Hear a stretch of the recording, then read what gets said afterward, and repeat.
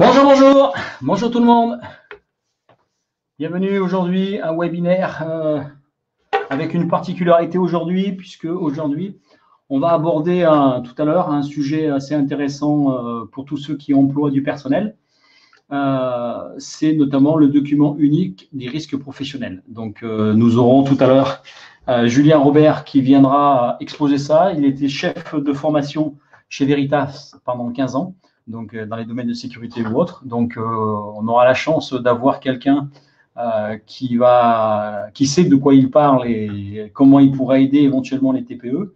Donc, il est plus habitué aux grandes sociétés qu'aux TPE, mais il a accepté de venir nous exposer comment ça marche, ce fameux document unique, parce que j'ai eu des questions sur ce sujet du document unique et vous aurez aussi une autre problématique, à mon sens, sur celui-ci, c'est que quand les salariés vont revenir, il ne faut pas croire que quand le confinement va être arrêté, ils vont revenir, mais ils reviendront avec des risques, des peurs, peut-être aussi, il vous parlera des risques psychosociaux.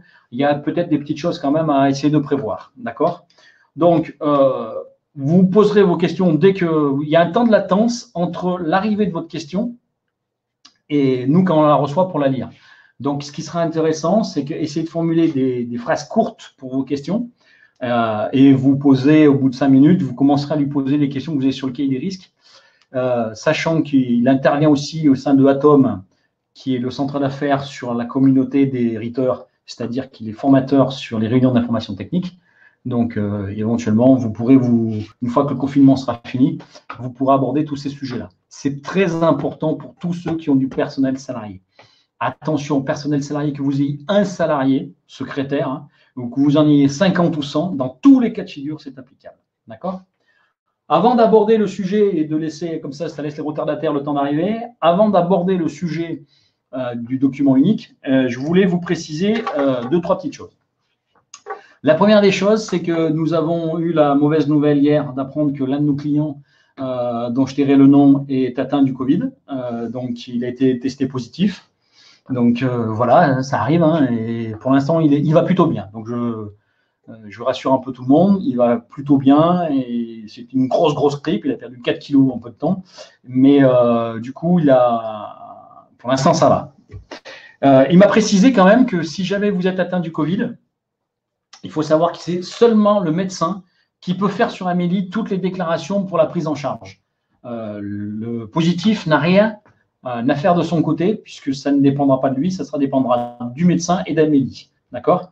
Donc, sachez que si jamais il y a une règle comme celle-ci, quelqu'un est atteint dans votre entourage, c'est le médecin qui fait ça, il est confiné, obligatoirement confiné. Il a une perception, une aide, donc lui, c'est un kiné, donc il aura une aide de normalement 72 € par jour dans cette activité-là.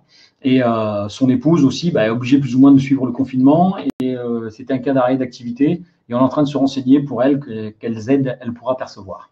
Donc voilà, on a eu notre premier cas dans notre clientèle de quelqu'un atteint du Covid.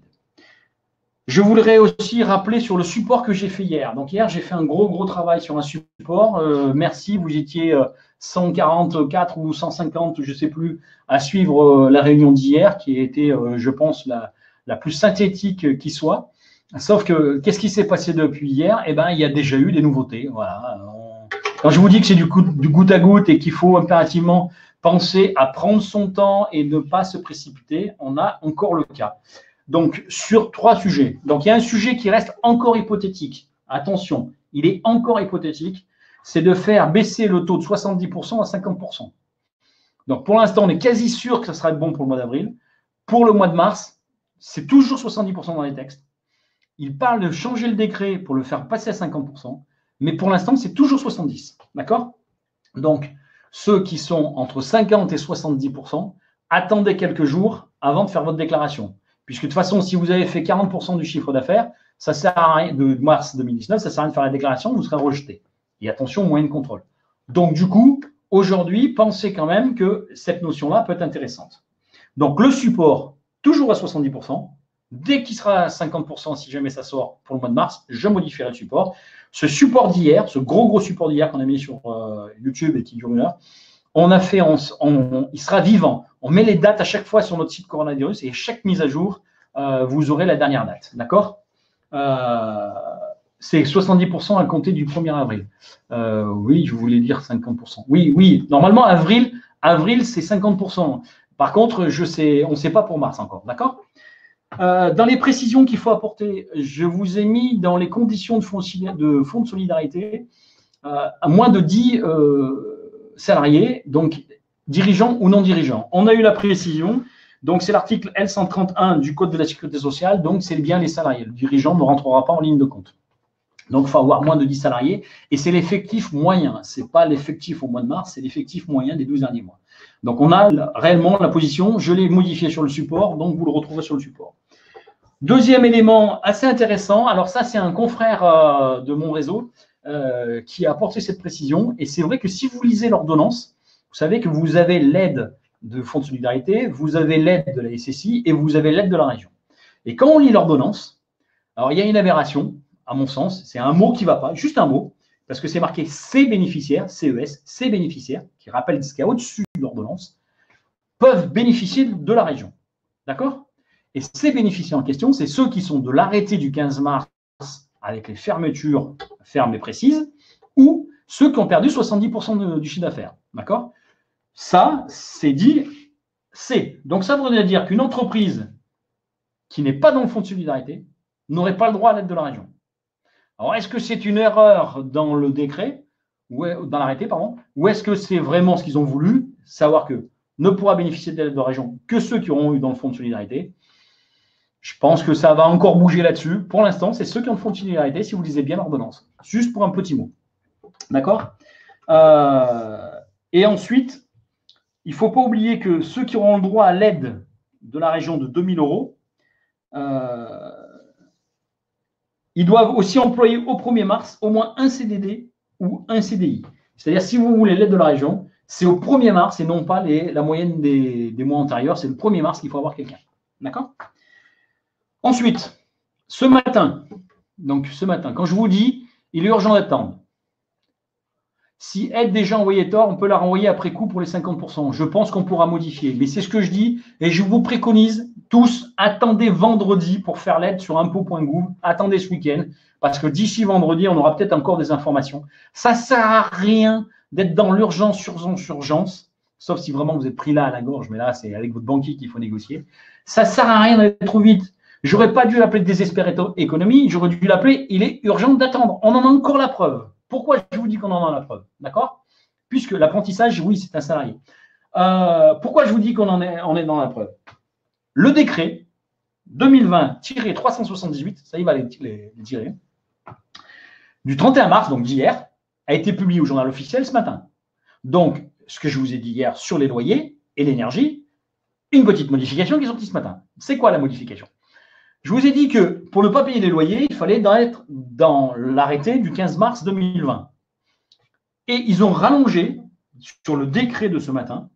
Donc, ça sera ceux qui sont dans l'arrêté du 15 mars qui auront ce droit-là.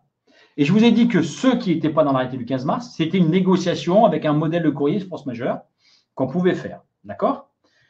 Suite à ça, je vais modifier le courrier que vous avez sur le site Internet, puisqu'en fait, ce décret vous dit qu'il autorise maintenant les bénéficiaires du fonds de solidarité, donc avec une attestation sur l'honneur, et l'attestation comme quoi vous avez déposé le fonds de solidarité, les bénéficiaires du fonds de solidarité pourront surseoir le paiement du loyer et des énergies sans souci. Avant, il fallait l'accord du propriétaire. En fait, ce décret, je vais le citer dans le courrier, vous permettra, si vous êtes dans le cas du fonds de solidarité, de surseoir au paiement du loyer. Le propriétaire qui rend justice en vous disant non, vous n'avez pas payé pour un bail professionnel ou un bail commercial, il sera coincé par ce décret-là, qui n'est valable que du 12 mars jusqu'à la fin du confinement. D'accord? On va dire jusqu'à fin avril. Donc pour l'instant, c'est ça, c'est une dérogation du Code du commerce, c'est sorti ce matin. Il est urgent d'attendre, comme d'habitude. D'accord? Ensuite, sur les cas de figure que j'ai à parler, en petite news, on verra après. Parce que je voudrais laisser du temps à Julien Robert de vous expliquer ce que c'est qu'un document unique des registres des risques professionnels. Il va vous faire un topo là-dessus. C'est hyper important, mais j'insiste là-dessus. Et le loyer des étudiants qui se retrouvent à la maison. Non, on parle que des loyers professionnels, hein. On ne parle, et commerciaux, on ne parle pas des loyers privés. Les loyers privés ne sont pas concernés du tout par les mesures. Donc, du coup, Julien Robert viendra faire sa présentation et je vous dirai au revoir juste après. Julien, à toi. Il est plus grand que moi, hein, donc il n'aura pas l'auréole derrière lui. Allez, à tout à l'heure. Bonjour à tous. Merci David pour l'invitation. Donc aujourd'hui, on va parler d'un document qui est capital dans la vie d'une entreprise, notamment lorsque vous avez des salariés. C'est le document unique sur lequel vous allez intégrer l'ensemble des risques liés à l'activité de vos collaborateurs.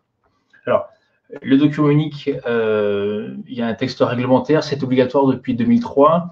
Ça concerne tous les secteurs d'activité, privés ou publics, et ça commence à partir du moment où vous avez un salarié ou une personne qui est en contrat de travail. Ça peut être également un apprentissage. D'accord ? Si vous ne l'avez pas, il y a une amende. Je ne veux pas forcément rentrer dans le cadre juridique aujourd'hui, c'est vraiment pas le but. L'idée, c'est de faire un rappel sur comment je mets en place ce fameux document unique, et de deux, essayer également d'intégrer ce qui se passe aujourd'hui avec le Covid-19 pour que vous ayez l'ensemble des éléments, pour que vous puissiez, à minimum, je dirais, sur ce document unique-là, apporter les informations nécessaires pour vous protéger, également protéger les salariés. Donc, comment je constitue mon document unique? Il y a ce que l'on appelle les 9 principes de la prévention. Le premier principe, c'est d'éviter les risques. Donc, supprimer tout ce qui est dangereux. Voilà, c'est vraiment l'idée générale de base, c'est supprimer et éviter les risques. Le niveau 2, c'est évaluer les risques qui ne peuvent être évités. Typiquement, dans le cas du Covid-19, on le verra un peu plus en détail, éviter le risque, c'est la partie, tout ce qui est exposition, tout ce qui va être la proximité. Donc ça, je vais essayer d'éviter le risque, d'éviter le confinement permet d'éviter le risque au niveau national. Évaluer les risques qui ne peuvent pas être évités. J'ai des salariés, j'ai du travail, j'ai une obligation de résultat par rapport à des entreprises ou par rapport à un contrat. Qu'est-ce que je mets en place pour limiter l'exposition de mes salariés à ce fameux risque? Ensuite, dans les 9 principes de la prévention, on a combattre les risques à la source. Donc, encore une fois, on est vraiment dans le sens large sur la constitution du document unique. Ensuite, dans les 9 principes, on me demande d'adapter le travail à l'homme. Donc, c'est utiliser, par exemple, des moyens techniques innovants. Le tour de mon grand-père que j'ai, par exemple, dans mon atelier, il y a des tours numériques et des fraiseuses numériques qui sont arrivées. Donc, j'adapte le travail à l'homme, je modifie les moyens techniques qui sont un peu anciens, qui ne sont pas forcément très sécures, pour en mettre d'autres qui sont beaucoup plus sécurisants aujourd'hui. Je tiens compte de l'état de l'évolution de la technique, donc on vient d'en parler. Ensuite, remplacer ce qui est dangereux par ce qui ne l'est pas. Ça ressemble un petit peu au point 5, tenir compte de l'état de l'évolution de la technique. Ensuite, planifier. Juste un juge d'instruction, si vraiment vous arrivez à ce niveau-là, mais on ne peut pas vous reprocher de ne pas avoir pu tout faire. Dans le document unique, vous allez avoir des expositions selon la taille de votre entreprise qui sont plus ou moins importantes. Donc, ce que je veux dire, c'est que on ne peut pas vous reprocher de ne pas avoir pu tout faire. Un, parce qu'il y a un coût. De deux, vous avez quand même de la production à apporter. Il y a quand même une entreprise à faire tourner. Il y a quand même des salaires à sortir à la fin du mois. Donc, on ne peut pas vous reprocher de n'avoir pas pu tout faire. Par contre, on peut vous reprocher d'avoir fait les 6 premiers points des 9 principes de la prévention. Vous avez évalué le risque, mais vous n'avez pas planifié la modification, vous n'avez pas une planification dans le temps sur la prise en compte de ce document unique. C'est quelque chose qu'on peut vous reprocher. Donc le point 7, la partie planification, c'est quelque chose qui est extrêmement important. Ça veut dire que vous avez pris en compte, le fait qu'il y ait une nouvelle technique, il y a des risques dans votre entreprise, mais que 2, cette prise en compte, vous allez la mettre en place à une échéance qui est plus ou moins fixée dans votre activité. Donc, c'est quelque chose qui est assez important dans la planification. Le point 8, c'est prendre des mesures de protection collective. Il vaut mieux protéger un maximum de personnes avec donc des barrières, des protections collectives, plutôt que d'essayer individuellement de faire une protection individuelle. ça vous coûtera beaucoup plus d'argent et ce sera beaucoup plus complexe à mettre en place. Donc vraiment, pensez dans la mesure du possible à mettre en place des mesures de protection collective. Et enfin, le point 9, c'est donner des instructions appropriées aux travailleurs. Vous avez tout fait, l'évaluation des risques, l'analyse du marché, les nouvelles technologies, la planification, vous avez pris des mesures de protection collective. Donc, vous êtes au top là-dessus, sauf que il manque, vos salariés ne sont pas au courant de ce que vous avez mis en place. Donc, il faut vraiment que vous ayez un document, donc le document unique, une feuille, une page, un registre sur lequel vous expliquez et vous donnez des instructions appropriées aux différents travailleurs sur la sécurité lorsqu'ils vont intervenir. On le verra un peu plus tard, chaque salarié est responsable de sa propre sécurité et de la sécurité des autres. C'est un point important. Il faut que vous donniez des instructions appropriées et claires aux salariés pour qu'ils puissent savoir dans quel environnement il a travaillé. Alors, on va faire vraiment focus maintenant sur le Covid-19. Dans ce cadre, et au vu de la situation actuelle, le ministère du Travail recommande aux employeurs donc, de procéder à l'évaluation des risques encourus sur les lieux de travail, qui ne peuvent être évités en fonction de la nature du travail effectué. En clair, je suis plombier, le maître d'ouvrage ou le maître d'œuvre m'impose de travailler. Alors, il y a le droit de retrait qui existe, hein, mais vous, en tant que patron, vous estimez il y a une société à faire tourner, encore une fois, il y a des salariés qui sont sur le carreau, il n'y a pas forcément de prise en charge qui est faite pour vous, je dois intervenir. Donc, vous pouvez intervenir, il faut que vous ayez, je le donnerai à David, il faut que vous ayez en gros la procédure, l'évaluation du risque par rapport au Covid-19. Donc, vraiment procéder à l'évaluation des risques encourus sur les lieux de travail. C'est vraiment dédié au lieu de travail, là où le collaborateur va travailler par rapport au Covid-19, quel est le risque global. Ensuite, je dois déterminer en fonction de cette évaluation les mesures de prévention les plus pertinentes. Alors, on fait l'analyse de risque et on se dit finalement que par rapport à l'exposition de mes collaborateurs, peut-être que les mettre en arrêt technique, en chômage technique pendant un laps de temps, finalement, c'est peut-être la solution la mieux par rapport, encore une fois, à l'exposition du collaborateur. Dans cette décision globale, il faut que j'associe les représentants du personnel à ce travail, si vous en avez. Pour les petites structures, les moins de 20 salariés, vous avez des délégués du personnel. Il faut également qu'ils soient impactés et impliqués dans cette démarche-là. Ce n'est pas à vous, en tant que chef d'entreprise, de prendre toutes les responsabilités. C'est une décision qui doit être prise de manière collégiale. Il y a une direction, il y a des représentants du personnel, vous faites plutôt une visioconférence plutôt qu'une réunion présentielle. Le but étant de limiter encore une fois l'exposition des salariés à ce problème-là, à ce virus-là. Donc voilà, on implique vraiment l'ensemble de la société pour trouver la solution la mieux dans cette situation-là. Ensuite, je sollicite le service de médecine du travail qui a pour mission de conseiller les employeurs, les travailleurs et notamment la mise en place des gestes barrières. Alors, les mises en place des gestes barrières, on les connaît tous. Néanmoins, dans le slide, je vous ai mis un lien dessus pour que vous puissiez cliquer dessus. Ces gestes barrières, il faut donc dans le document unique les intégrer. Donc, j'ai bien pris en compte le risque de virus Covid-19. Première démarche, j'ai réuni mon personnel. Voilà la décision que j'ai prise. Je décide d'arrêter mon activité. Quelque part, le document unique s'arrête pour vous. Vous avez décidé d'arrêter le document unique. Vous limitez le risque à la source. J'arrête mon activité et je n'ai plus de risque.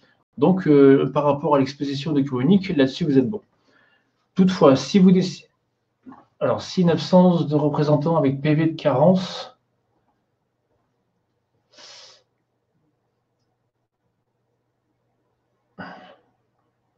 Est-ce que Stéphane Poupeau pourrait me donner poser une question de manière différente? À partir de combien de salariés est-il représentant du personnel? À partir de 20 salariés. Là-bas, c'est à partir de 20 salariés représentants du personnel, délégués du personnel. Au-delà, à partir de 50 salariés, on va avoir un CHSCT qui s'appelle maintenant un PSE. Donc, vous avez dans votre document unique le combattre le risque à la source, pardon, c'est le Covid. Je décide d'arrêter mon entreprise. Première solution. Deuxième solution, je ne peux pas arrêter mon entreprise. Dans ces cas-là, on met en place la mise en œuvre des gestes barrières. Donc, comme je vous l'ai dit, il y a le lien. On intègre aux salariés le fait de respecter et de faire respecter les gestes barrières recommandés par les autorités sanitaires. Ce n'est pas quelque chose que vous avez décidé vous, c'est quelque chose qui est décidé au niveau national, qui est décidé par les autorités sanitaires. Donc, je respecte à titre personnel et je fais respecter aux collaborateurs, mais également dans les entreprises dans lesquelles je vais intervenir, dans le plan de prévention.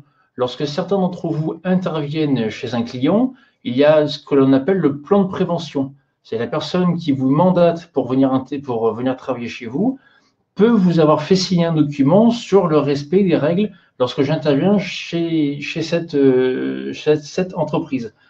Il faut prendre également en compte le plan de prévention et faire respecter les gestes barrières recommandés. Absence de délégué personnel, donc j'accuse aujourd'hui mon DU avec un salarié X. J'actualise. Oui.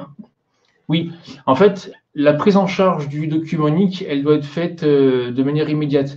Si vous n'avez pas de délégué de personnel, c'est pas grave. Vous décidez, vous, en tant que gérant, de la solution que vous allez mettre en place par rapport au Covid. Soit c'est les gestes barrières, soit vous décidez d'arrêter l'entreprise, soit vous allez, je ne sais pas, peut-être faire une rotation du personnel. Mais si vous n'avez pas de délégué du personnel, dans ces cas-là, c'est vous qui décidez arbitrairement de la solution que vous allez mettre en place. Alors, un CSE est mis en place dans les entreprises de mon salarié. C'est mis en place, c'est obligatoire pour les filles du mois 12 et atteint pour l'année consécutif. Alors, effectivement, les règles du CSE ont changé. J'avais encore dans la tête les anciennes règles, notamment avec le CHSCT. Donc, le CSE est obligatoire pour les entreprises d'au moins 11 salariés. Donc, pour la question précédente, pour Stéphane Popo-Curti, je présume que vous avez moins de 11 salariés. Si tel est le cas, vous prenez vous-même la décision de mettre en place soit l'arrêt de l'entreprise, soit de continuer l'activité. Et si vous continuez l'activité, de bien mettre les gestes barrières en application et également d'autres éléments qu'on va voir ensemble. Alors, comme le disait David tout à l'heure, les choses changent de manière importante tout au long des semaines, des jours et des heures. Il y a un élément qui est extrêmement important que l'on a appris ce matin.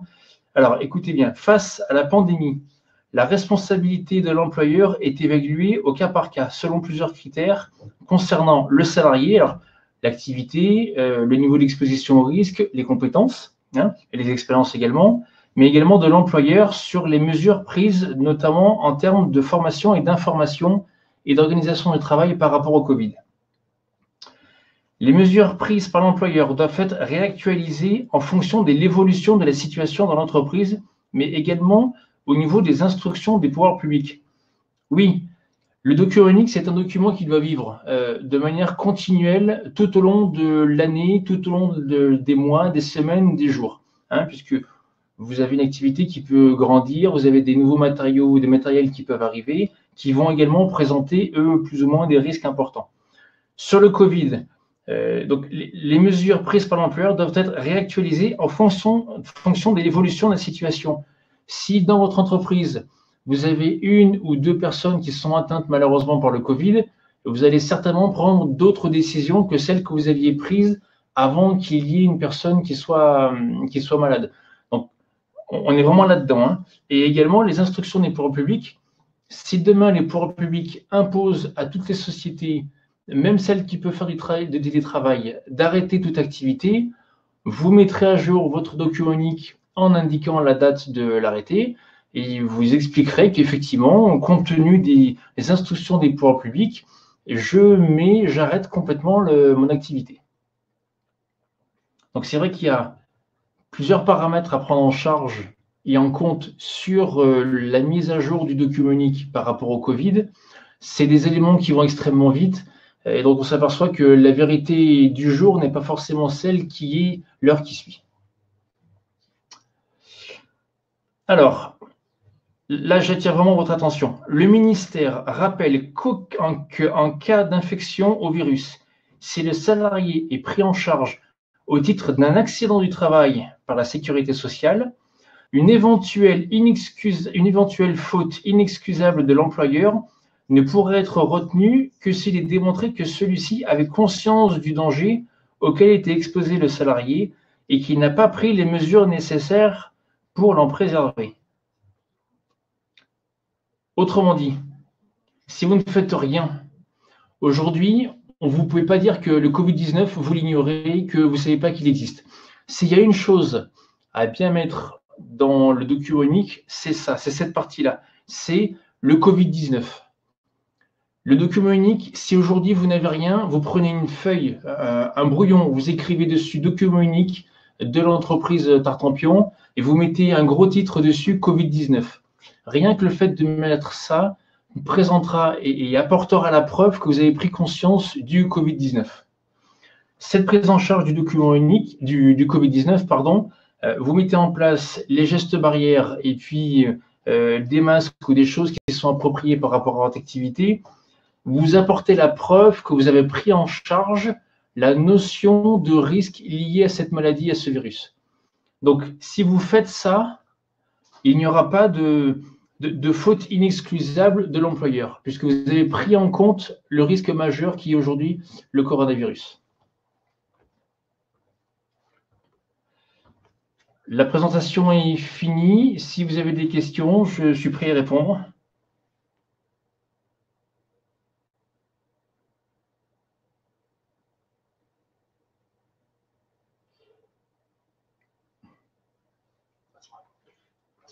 Je vais redonner la main à David Ruiz si vous avez des questions un peu plus techniques. Merci.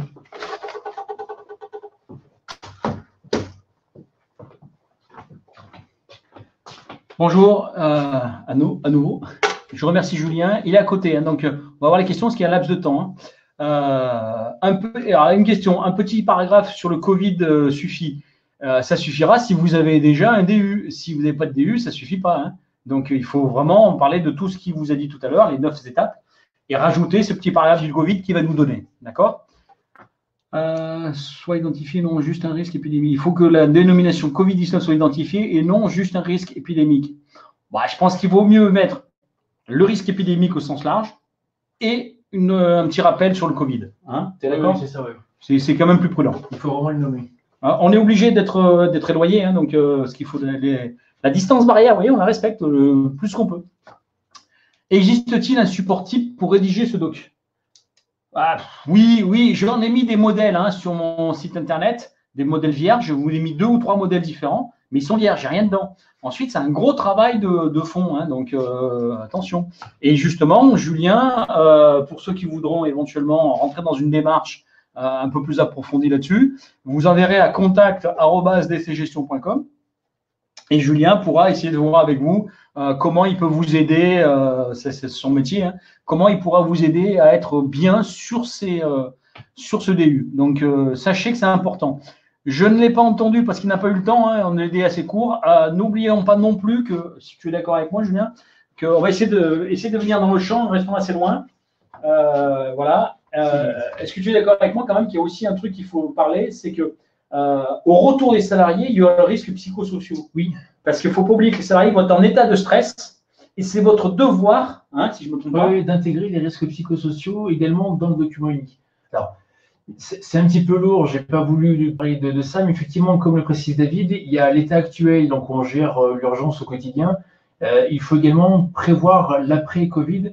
Effectivement, je pense que le stress des salariés sera malheureusement présent, notamment sur le nettoyage, sur des éléments un petit peu comme ça. Est-ce que en reprenant une activité dite normale, je ne vais pas me réexposer et du coup réactiver le virus qui à ce moment-là, sera plutôt sur le déclin.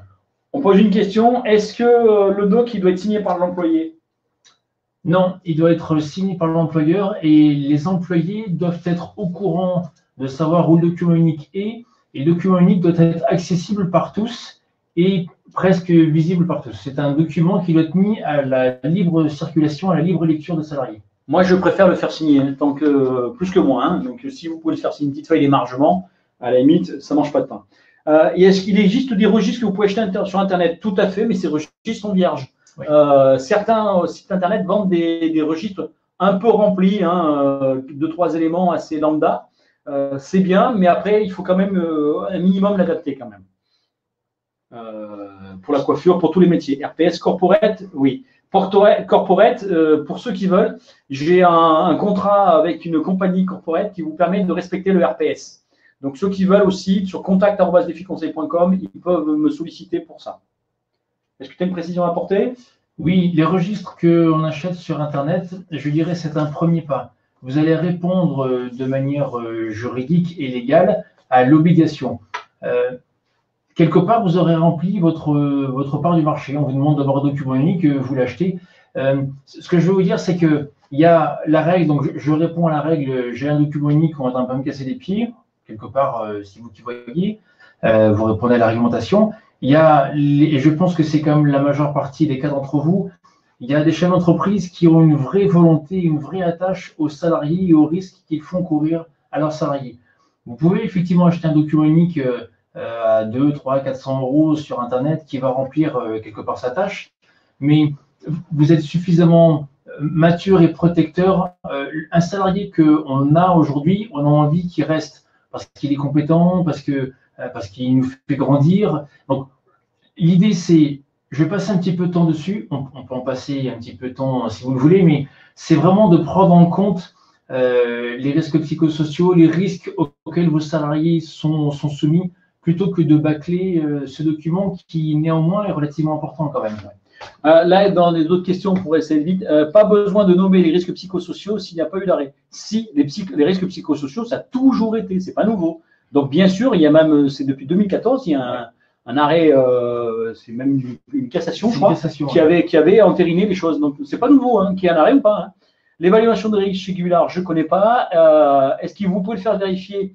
Je pense que Stéphane Poupeau, justement, vu la taille de votre entreprise, parce que non, en effectif, ils sont 50. Donc, non. Là, vous, je pense qu'une vraie mission là-dessus, ça ne serait pas anodin, parce qu'en plus, vous travaillez pour le Conseil général. Donc, non, je pense que vous avez peut-être intérêt à faire une vraie mission sur ce sujet-là. Il y a éventuellement, Julien est là pour ça. Donc, je pense que ça peut être une bonne étape.